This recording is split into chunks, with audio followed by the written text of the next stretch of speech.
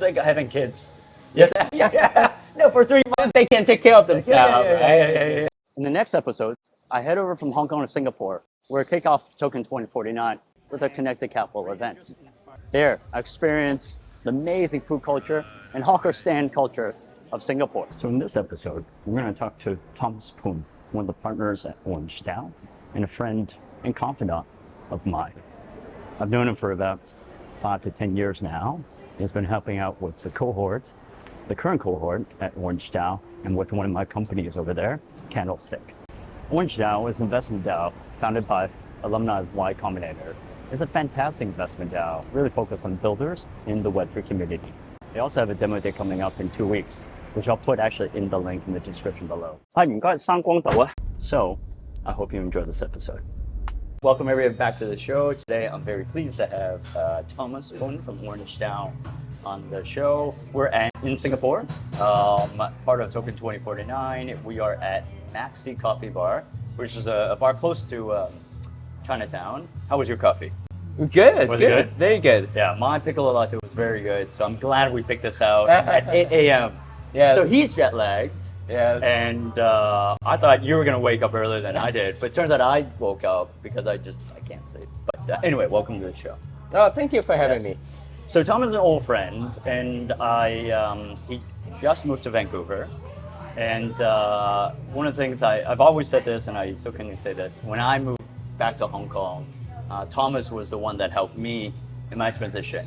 And so that's why with your Vancouver move, I felt like I had to repay the favor, right? And hopefully I helped some of that. So how's the move? Everything's It's great. Yeah, thanks for all the connections you made. Let me make some friends here. So good. Thank you. Yeah. So I want to talk about OrangeDAO, and you went to Y Combinator. Yeah. Actually, let's talk about your career a little bit. So graduate UBC. Did you do Apple first and then Y Combinator? Yes. And then talk about your startups.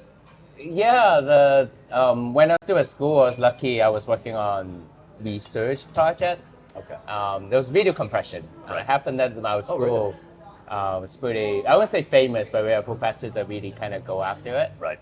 And at the time, video started to get, sexy and big, kind of like AI, a couple years ago. And and then I find out like Apple was hiring.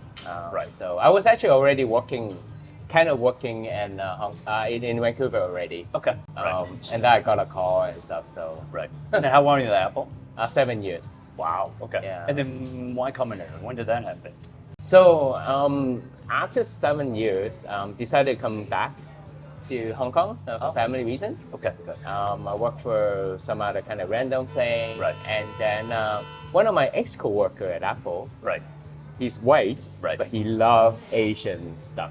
And he's like one of the guys who like, I think he had a math degree, but then he took like Chinese as a minor. Oh, really? Okay, got it. Yeah, and he was, hey, I want to come to Asia. Okay. I said, don't, because I know engineering work. Right. At the time it was like, mind you, that was,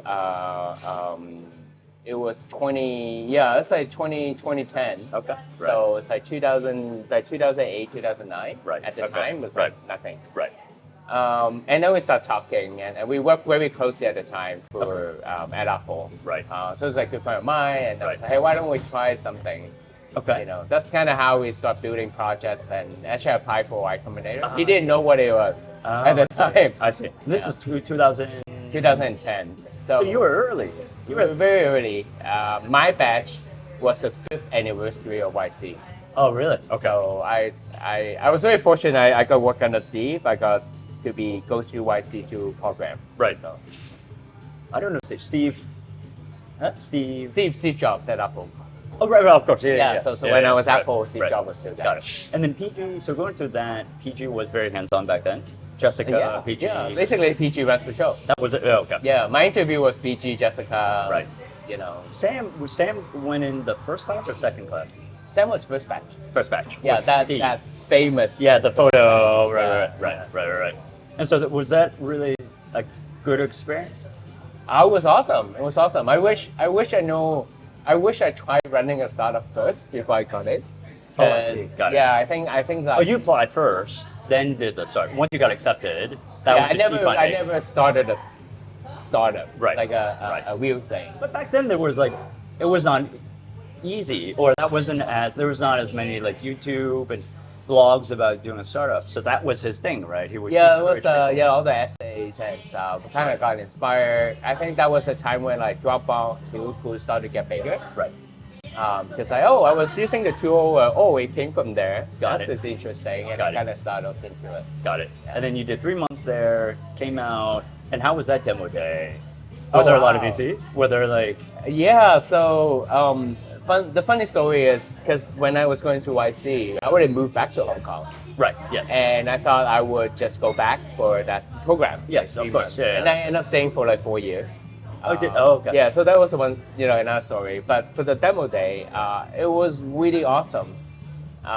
You get so much energy, and you just feel wanted, Right. kind of. Got it, okay. Yeah, and again, as I said, I never really had a bad experience, Right. like non-YC Yeah. startup demo day. But it was Amazing. It was just like, again, back then it was so early, investing in startups probably wasn't a common thing. Yeah. It's right now, if you go to YC Demo Day, VCs are putting checks, or putting even checks earlier. Back then it was probably just literally a demo.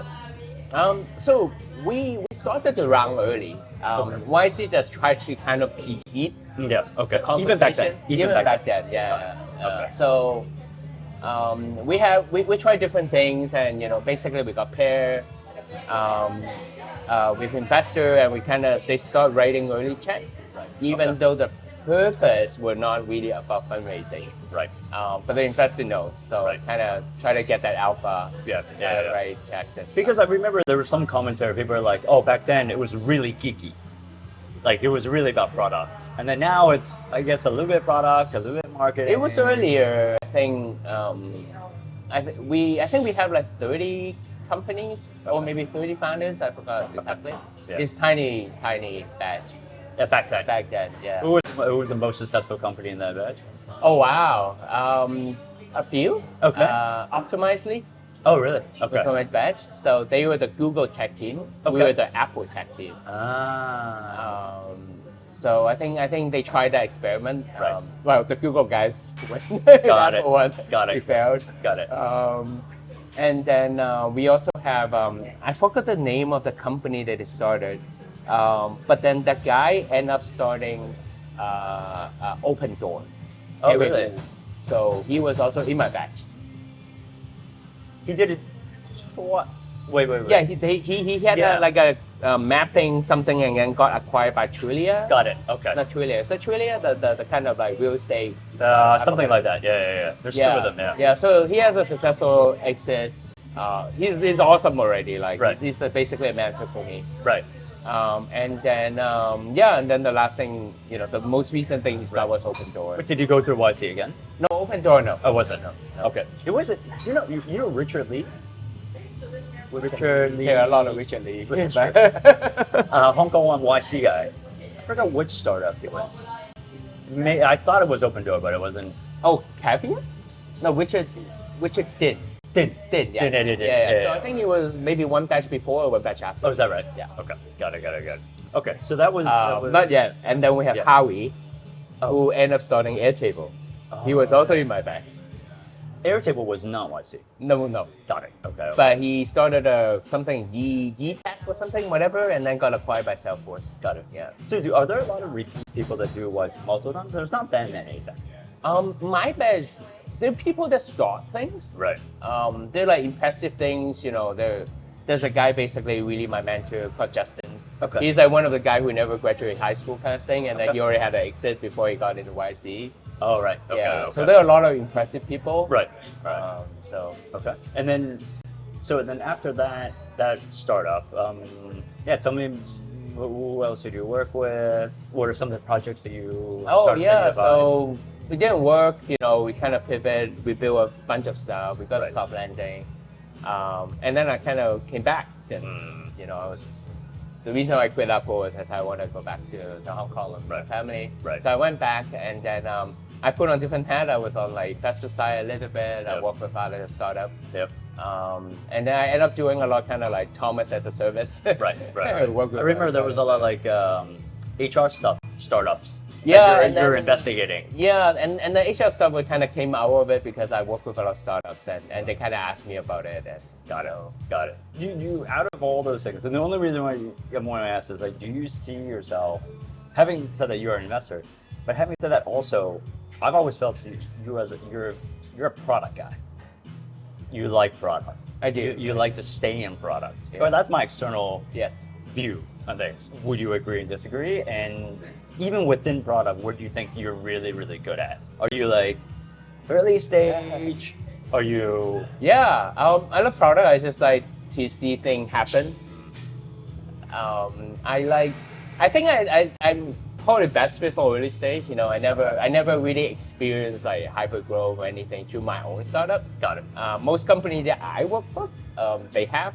So I kind of like observe them from sideline. Right. But I think more practical thing would be more, early stage. Right. What we call like -1 to 1.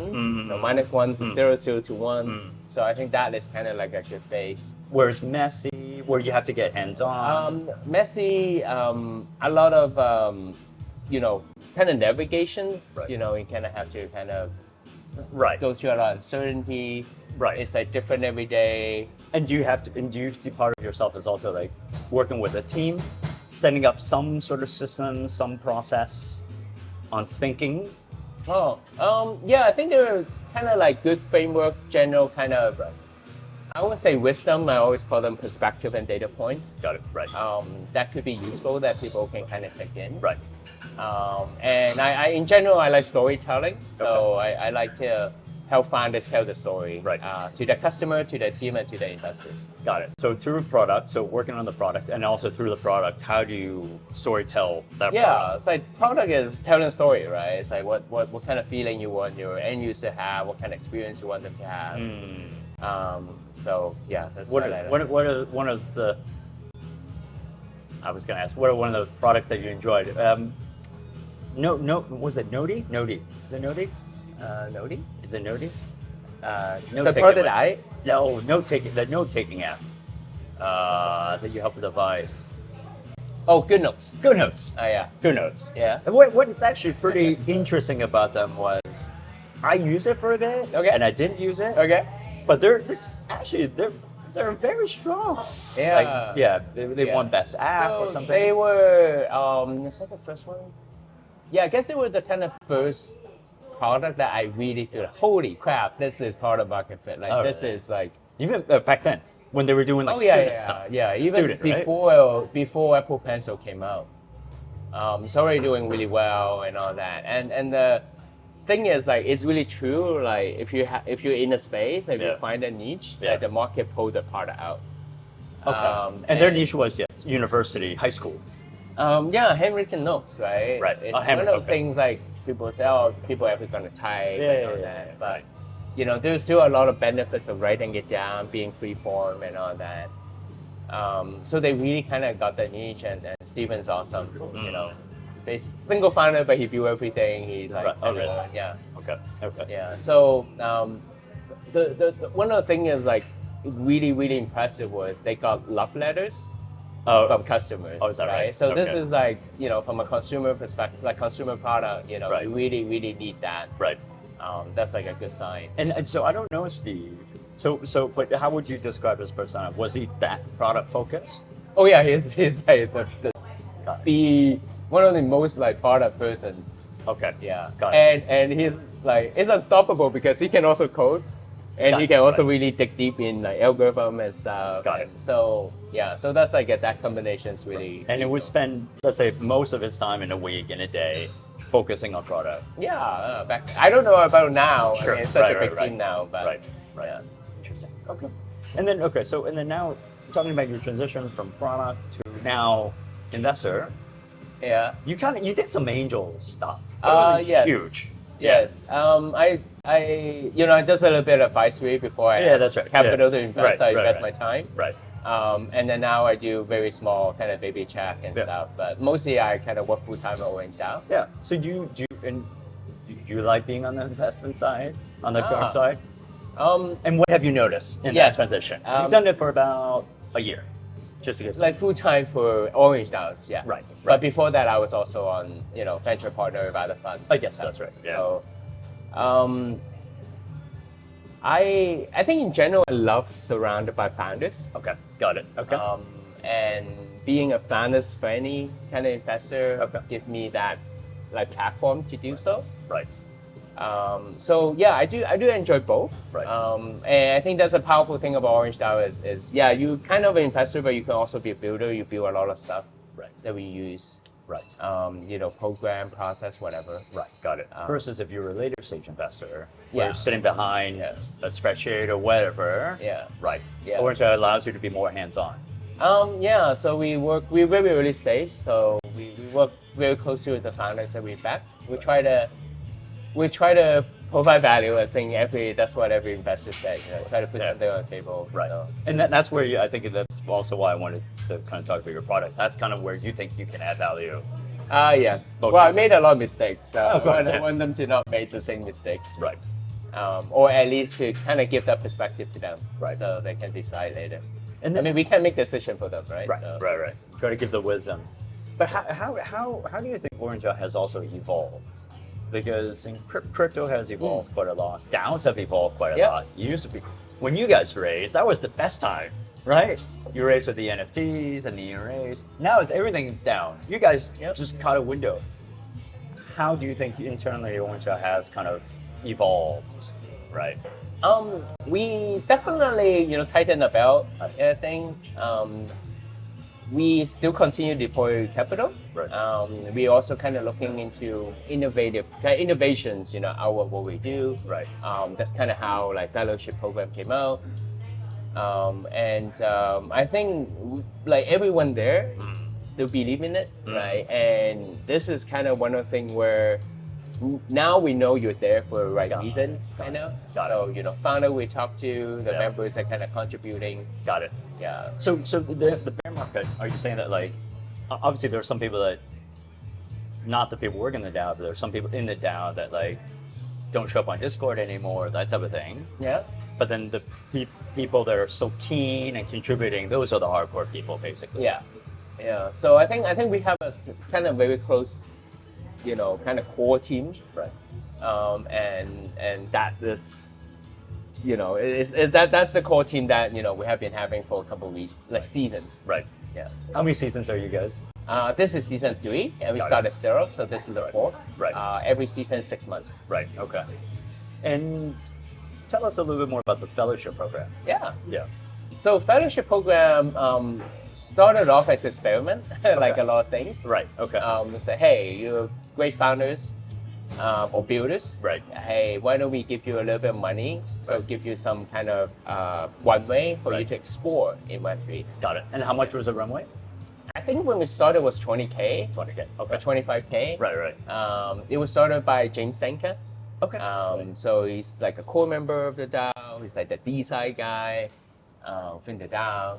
And and then he kind of make a proposal. Okay. Right. Yeah. And it passed, as and one we does, kind of continue to do it. And now we are what we call Web2. Okay. So it's a 3rd season of fellowship now. Oh wow. Okay. Yeah. So we kind of evolve. Every season we do things a little bit different. The terms have changed. Okay. The format have changed. Right. So And the vision hasn't changed, which is we really want to turn builders into founders. Got it. We want to help people to go from -1 to 0, or maybe to 1, through that 10 weeks program. Got it. And so I was going to ask you, when you said builders to founders, so you can be really great at building product. Yeah. But founder, the distinction is you have to manage your team, you have to raise capital, all that type of jazz. Yeah, it's not just building a feature. Right. A product, a company require different things, right? You want to have kind of strategy, you want a long term, you want to make sure that you're doing this for a reason. Right. You have to decide if it's venture back or you Right. want to do a kind of lifestyle, kind of indie. Right. Over great ways, right? So there's certain things that fits better for like venture back. Sure. Right. There's things that kind of like vice versa, right? So that's really where the fellowship really helps individuals who are really thinking about that. Yeah. So one of the things is, we lean on our YC experience. Yeah. We are cohort based, and this is kind of like school, right? So a lot of kind of people build bonds through the school years, Right. because everyone kind of started at the same spot. Right. Gone through some stuff. Yep. They got through hardship together. Sure. Right. They came out stronger. Yep. And build relationships that Yeah. way. And there's something magical about building something together. Yeah. Actually, yeah, talking about our mutual startup, the one I'm advising, the one-year fruit mentor for Candlestick. Yes. Right. They're part of. That was awesome. Yeah, he's part of the fellowship program. One of the things that he was saying when you're talking about the cohort base was at first, because they're a little bit later than a lot of the other startups. They have product, Yeah, target revenue, right? Basically. And so they're doing well. And they're like, oh, we're so much more ahead than everybody else, right? We have guys that haven't even started or still trying to figure out. And it's like, at first he was like, I don't need it. Like, why am I here? And then he was realizing, he was like, if I give advice or if I help, what are other people also helping him? And it gives him a different perspective. Yep. Right? On whatever, right? On maybe some things that he didn't even think about. Yes. That he hasn't encountered yet, right? And so he came to a realization, like, I need to help more because I actually see a lot of value as well in that interaction.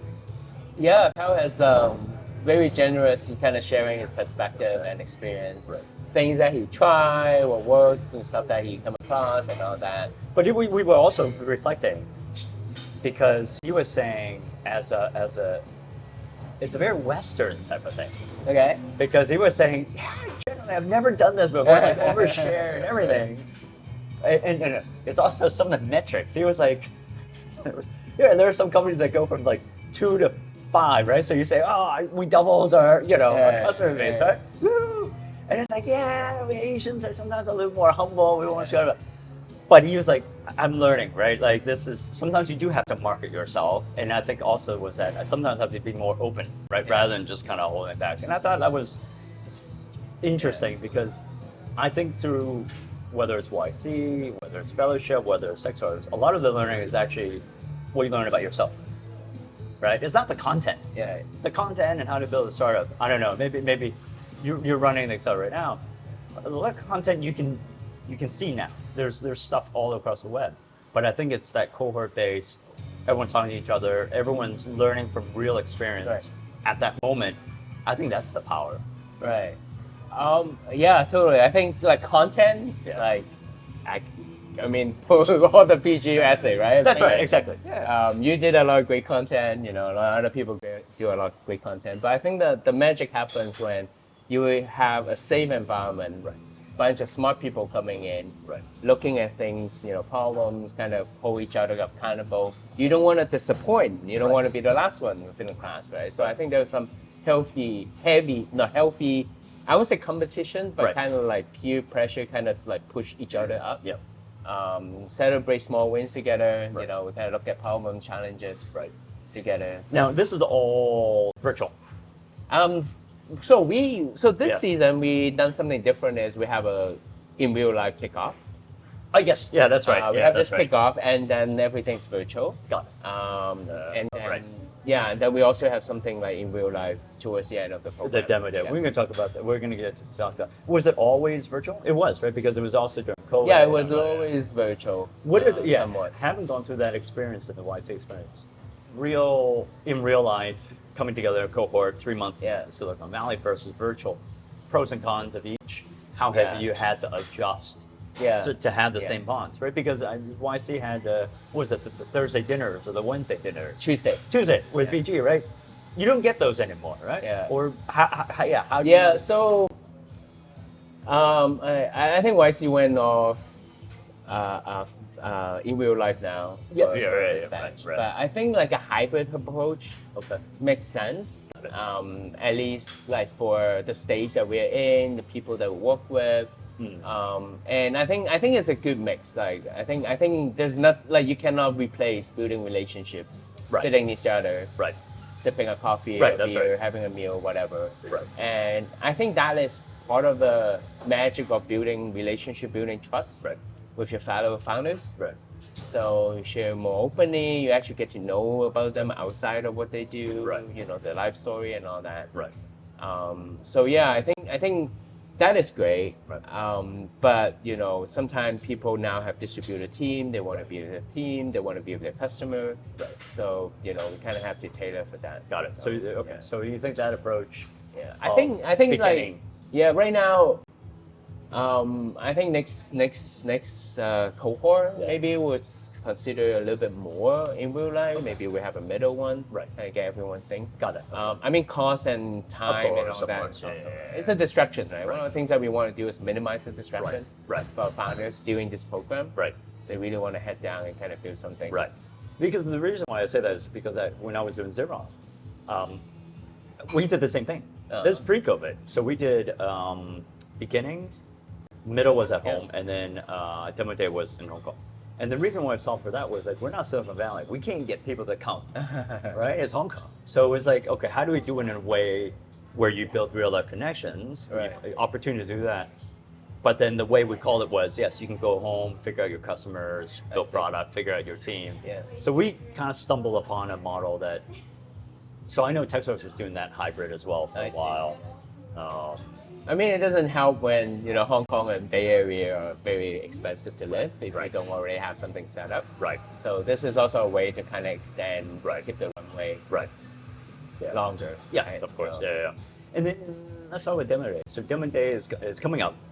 Yes. October. Good point. I actually don't. I think it was October. You booked your flights already, right? Well, the demo day is actually virtual. Okay, got it. Yeah. So, but what is to demo day? Yeah, I don't have it here. Yeah, I should know that date. I don't have it in my head. Mid-October somehow. And so it's all virtual. You want to tell us a little bit more? All virtual. How long is it going to be? How many companies? Yeah, so we have about 17, I think. 17. Okay. Will be presenting. Yeah, I think probably 17.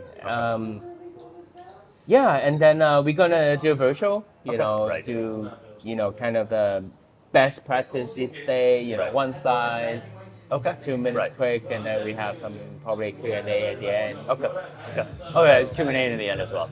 I don't know if because I actually don't run the demo day. We have October someone 4th. else and kind of Okay. Yeah, October 4th. Got it. Is it all open invite? Pacific time. So no, you do have to apply. Okay. So we do have a site people can sign up, and then I think we're probably gonna have a quick call, making sure. We do want to kind of keep the quality. We want to make sure the investors are actively deploying or investing. Got it. Be a good fit. Right. Not wasting anybody's time. Yeah, exactly. Right. Got it. Kind of set expectations of company or kind of deals that they've been doing and all that. So. Okay. So I'll put the link of the sign up link on Yes. the YouTube video. So please sign up, and then Thomas personally will look at your application. Yes. Are there any? Can you give us a preview of the entire cohort? Like, is there anything? Is there a theme? Yeah. Are there technologies or are there themes that you see that are interesting? Yeah. Anything you can? I can't disclose the list of a company. So there are ones that when they're ready, we have done announcements. I think we have a pretty good wide spectrum. Okay. So we have people that work on account abstractions. We have people that work on privacy, security. Right. Candlestick. Yep. For one. So yeah. And geographic, is it very distributed? This is distributors everywhere. We have some in Europe. Most of them are kind of US centric. So, okay, got it. And then where do you see overall? Because we're in Singapore, Token 2049. You were in Korea. Oh, you were in Korea. You didn't go. And then you're going to mainnet. Have you noticed with the bear market, with all the conferences, some of the conversations, where are people's heads thinking? Yeah, I think great thing about as a crypto and stuff, there's always kind of new technology kind of directions things coming up, and I think that always kind of get people excited. And usually those technologies try to solve a particular problem that kind of slowing the adoption of crypto or kind of development. So I think that is it's still moving pretty fast. So there's a lot of things going on. Got it. So I think people get excited. Builders still gonna build. Right. I think there are still a lot of active investors. Right. Okay. people definitely got a little bit more conscious Got it. about kind of deploying. Yeah, what more yeah. grounded, Got to it. reality, Got it. both investors and also. So they're not going to say, hey, founders. blockchain plus AI. Yeah, Hundreds there of are a lot millions. of blockchains and AI. So, Right, again, the right. thing is like, do you really need the AI? Do you really need blockchain? Right. Is this a feature, or you're actually building a Right. blockchain company? Right. So Right. Okay. So people are a lot more cautious. The process, the due diligence process, is a little bit longer. yeah. Right. Okay. Yeah, and I think we have always been like that, but I think back then people kind of have like they think like vanity metrics and stuff matters. How many people in cohort? I mean not cohort, but how many people in the Discord, Twitter? Right. Kind of share, airdrop. Yeah. Say some of the tactics worked, Yeah. but it kind of overused and really kind of people are more focused on like real usage, Got it. utility, and all that. Got it. So, I also noticed, like, I think what was interesting is like that first, I'm gonna say first wave. There have been many waves. 2017 was a wave. 2021 when ICOs was another wave. This wave, there were a lot of people that jumped in, right? Investors. They were like, we're VCs. Yes. And I was just like, they're family offices or something, right? And it was just like they weren't really. I think that's what you were saying. There were a lot of vanity metrics that were looking, or they were just aping in. yeah. Right. They were doing a lot of FOMO. Yeah. Right. Yeah. And so I now, mean, to them, it could be like the downside is small, the upside could be huge. So why not? right. Exactly. So now, I guess those guys are slowing. I won't say slowing down, but more cautious. Yeah. I think raising LP money is hard. Right. So there's right. So funds that need to raise LP money. Right. Or have to be. Yeah, and that kind of trickle down. Right. Fund not reporting, or they may not be able to kind of close their round and all that. Right. Yeah. Yeah. And have you? You just came back from Vancouver. Okay. I was gonna ask, like in Asia, in Singapore, what's your last conclusion? You've only been here for one day. Yes, one night. Yes. Did you go to another event last night, other than? Yeah, I went to another kind of like Okay. VC event. Two event conclusion. What's The vibe was there. I think people. the vibe is still there? Yeah, I think everyone kind of kept their chin up, and I think people kind of like it's less speculations Okay. and more on why it matters. Okay. Got it. Kind of go back to why blockchain matter, why Sure, we're right. doing this. And, What was the second event that you went to? Yeah, so it's another fund that we're friendly with. So Got we it. have a kind of like a private drink. talking about like investments, Yeah. thesis, that type of thing. Did you guys- Mostly networking is one of the things why I'm here. I network with VC to help our portfolio company. Right, We right, need it. right. Kind of spread the words of Orange. So And you're the one covering kind of Asia, or at least from Vancouver. we don't really have that distinctions. Okay. So one of the great thing about being a DAO is we have a lot of members, and so true. members could. So Represent. what we call kind of like relationship manager with the VC that you're friendly with, Right. and you can be the point of contact. Right. So we try to kind of distribute it that way. Right. So And then what's your next event, or where you go? Oh, sorry, mainnet. yeah. Yep. And then. Then I don't know. I know friends going to what's that, DEF CON? Yep. Yeah. So we'll see. Well, Yeah, there's a bunch of stuff happening in Hong Kong. There's a Hong Kong FinTech Yes. Week. AFest is going to be there. Fast, yeah. So I'm going to interview somebody for the AFest. I think it'll be interesting to Hong Kong. Like Hong Kong hasn't moved as much as I thought with, crypto-friendly regulations. I don't know if it's a bear market thing. So I was talking to someone from Temasek last night, and he's like, "You should come to Singapore." And I was like, I don't, Hong Kong isn't as friendly, but I don't know if it's a bear market or a Hong Kong thing. So yeah, I think it remains to be seen. I have no doubt that it's going to come back, but I do think it's a matter of when, right? Really. Yes. Well, it's inevitable. It's got to go up. That's right. I mean, Yeah. yeah. So I'm bullish. I think it'll work out. Right? Cool. If you look at the time horizon. Yeah. I mean, it's actually. I've always been. So people say, "Are you all in Web3?" I'm not all in Web3. I'm in tech, and Web3 is just a aspect of that. And I actually think the use case of Web3 goes really well in emerging markets, in like Indonesia. It's where existing infrastructure, especially payment infrastructure, is maybe not available, but not sophisticated. So yesterday at our event, there were so many Indonesians, and they're saying, you know, we do crypto and everything. So I can imagine the same for Latin America. That's kind of why I asked for geographic mix at OrangeDAO. Because I do think like Eastern Europe, Latin America, Africa makes a lot of sense. Right. Yeah, we have one fellow working on kind of Africa market. Got it. Latin America? No, Africa. Yeah, but nothing in Latin America. Not yet. No. Yeah, not yet. Yeah. Trying to think. So the thing is, like, I handle a subset company. Like, I know all of them, but it's like not necessarily like on top of my head. You do how many as a group mentor? 4. 4. Yeah, mine is actually a smaller group. That's already a lot. Other people do 5. Oh really? That's already a lot. It's like having kids.